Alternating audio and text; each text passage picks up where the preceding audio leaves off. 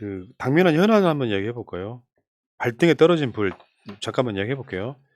어, 주 52시간 근무제는 정치가 어떤 식으로 국민의 삶의 질을 높이는지 만들어가는 과정이거든요.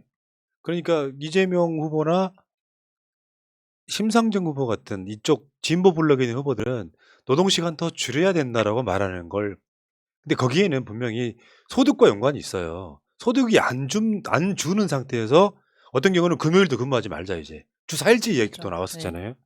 근데 윤석열은 순전히 사용자 입장이기 때문에 주 52시간 근무하는 걸로는 사용자들이 너무 힘들어. 사업하는 사람들이. 그러니까 더 일하게 해주자는 거잖아요, 지금. 그래서 나왔단 말이 주 150시간, 120시간이죠. 주 120시간. 그리고 150만 원 150만 받고도 일할 수 있게 해줘야 된다. 이게 현실화 된 거예요, 지금 현실적으로. 축하드립니다, 다들. 기쁘시겠네요. 그러니까 그 윤석열이 당선되고 나서 이제 커뮤니티 같은데 이런 중소기업 사장님들이 글을 많이 올리셨어요. 나는 1번 찍었는데 우리랑 같이 일하는 직원들이 2번 찍은 애들이 많더라. 그러면 나는 좋지. 나는 뭐 주 52시간을 시킬 수도 혹시 있고. 제 방송에서 보신 거 아닌가요? 아니요, 커뮤니티에 있는 글을 봤어요. 아무 때나 잘릴 수도 있고 그렇게 얘기를 하더라고요. 그럼에도 나는 1번을 찍었는데 너희들은 너희들 길을 자기 손으로 파묻었다 뭐 이렇게 얘기를 하는데 그 말에 너무 공감이 되면서도 참 슬프고 아픈 얘기죠. 유연하라는 게 말이 유연하지 정말 그냥 사용자가 자기들 마음대로 하겠다는 거 아닙니까? 그 법의 영역을 넓혀주겠다는 얘기인데 이제 기본적으로 민주당이 안 하면 이건 못 하는 거예요. 그냥 법은. 그래서 네.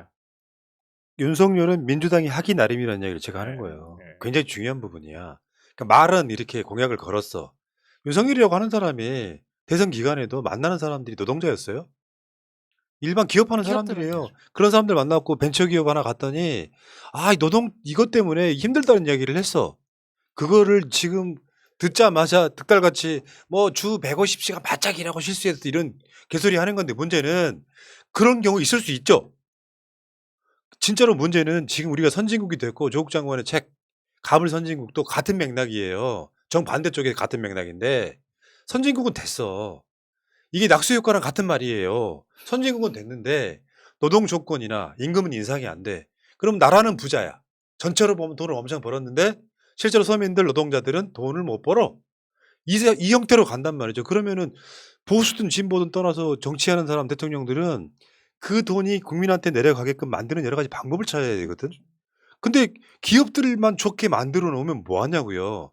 기업들 좋게 만들려고 박정희 때부터 80년대, 90년대, 2000년대까지 기업들 좋게 만들려고 하는 방법만을 찾았던 것이고, 민주정부 들어서 조금이라도 노동자 쪽의 편을 들었던 거예요. 지금도 90대 10 정도로 기울어져 있습니다. 그러니까 내가 봤을 때 이재명 후보 정도 되면 그게 50대 50 정도 돼. 그나마. 근데 지금 윤석열은 90대 10이 아니라 95대 5 정도밖에 기울어져 있단 말이에요.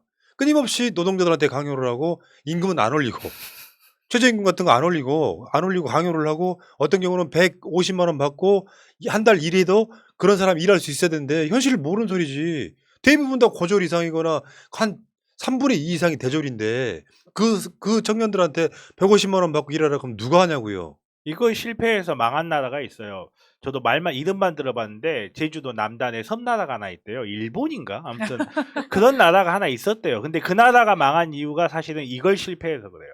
그 나라가 1980년대부터 듣던 이야기가 국가는 부자인데 국민은 가난하다였어요.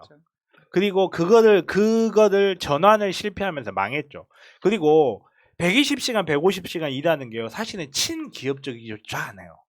정말 일부 인력에 의존하는 일부 기업에서나 이게 친기업적이라고 할 수 있지, 이미 3차 산업, 4차 산업 이미 넘어가 버린 이 기업들은 플랫폼 노동하는 이런 기업들에서는 오히려 노동자의 노동시간이 길어지면요. 회사의 지출만 늘어버려요. 그렇죠.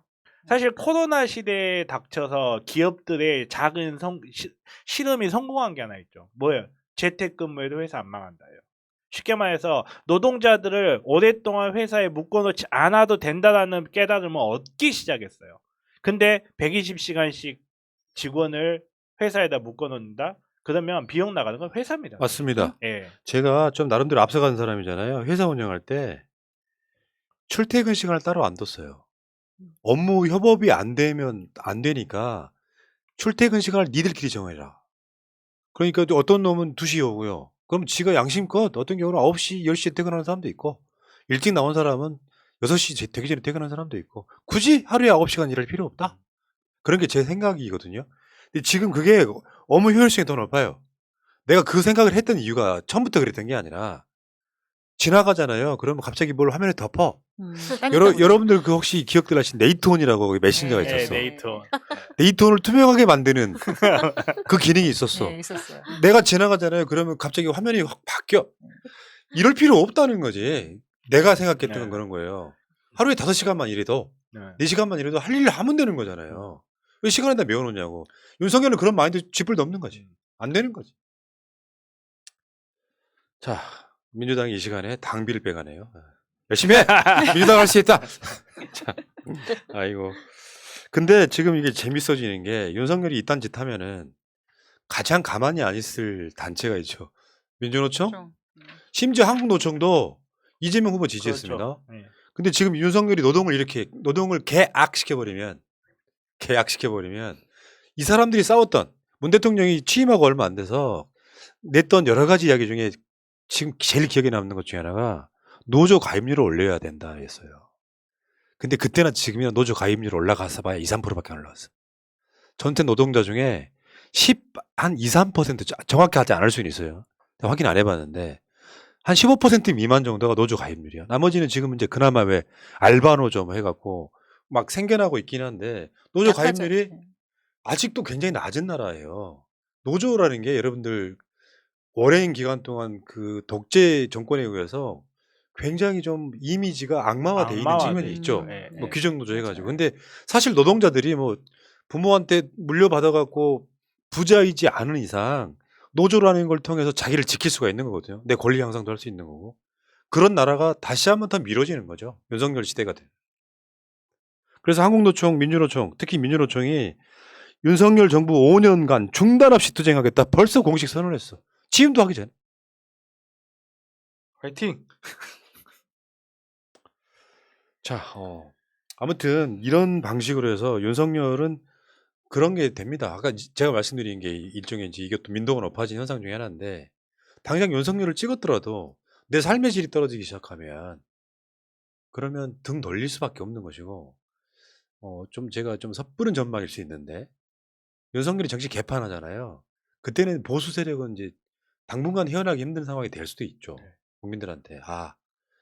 이명박 찍고 후회하고 손목 자르고 싶고 박근혜 찍고 손목 자르고 싶고 윤석열 찍었더니 또 한 1년 만에 손목 자르고 싶고 하면은 그때는 어떻게 찍고 이제. 그러니까 얘네들이 하는 거는 문재인 대통령이도 똑같은 상을 만들어야 되는 거예요. 그리고 그렇죠. 저는 제일 기대하는 건 뭐냐면요. 보수가 유지가 될 기대한다? 이 기대한다고 하면 안 될 거고 제일 우려하는 건 뭐냐면 보수가 유지되는 거는요. 이해관계를 공유하기 때문에 유지가 되는 거예요. 언론은 언론의 몫을 챙겨주고 검찰은 검찰의 몫을 챙겨주고 원피아는 원피아 몫을 챙겨주고 이게 유지가 돼서 힘의 균형이 맞았을 때 보수 정권이 유지가 되고 이게 어긋나서 언론이 뒤를 돌아서면서 탄핵이 된 게 박근혜였죠.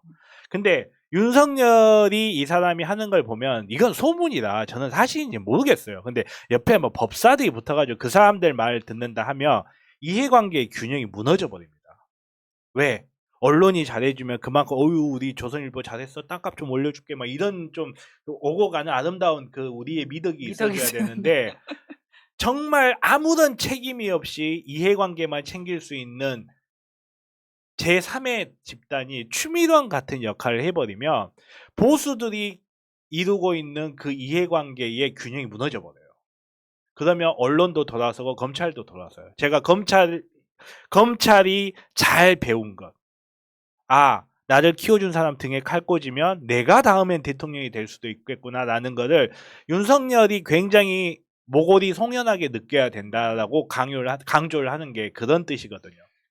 그러니까 지금이야 정권 초기니까 이제 취임하기 전이니까 제가 요즘 몇 번 말씀드렸잖아요. 윤석열의 권력이 제일 높은 시기가 이거야. 그렇죠. 지금 제일 아. 높은 그리고 이제 내가 취임하기 시작하면 그때부터는 다 윤석열 책임으로 되는 그렇죠. 건데 특정 시기에 민심이 떠나기 시작하잖아요. 그러면 또 임기 초창기 때 바로 지방선거가 있고 지방선거에 생채기 하면 나잖아. 그러면 또 한 1년 한 10개월 후에 있는 총선에서 생채기 나잖아. 그러면 이게 5년 동안 질질 끌려가다가 민주당이 다음 총선 때 과반 이상 하면은 사실상 이루어진 거 없이 슬슬 이렇게 보수가 녹기 시작하는데 문제는 다시 말씀드리지만 윤석열이 능력은 안 될지라도 정치 대통령 질은 이재명처럼 해야 된다고요. 그래야 사람들이 그러니까 이재명 후보 공약 다 베껴도 돼. 뭔가 그렇게 스마트하게 해야 되는데 청와대 들어가는 것부터 저지랄 하고 있으니까 우리가 한번 기대를 한번 해보는 거죠. 뭘요? 임기가 채울 수 있을까? 뭐 이런 거. 저 아무튼 민주노총이 5년 동안 싸우겠다고 미리 선언을 했어. 뭐 한 것도 없는데. 예.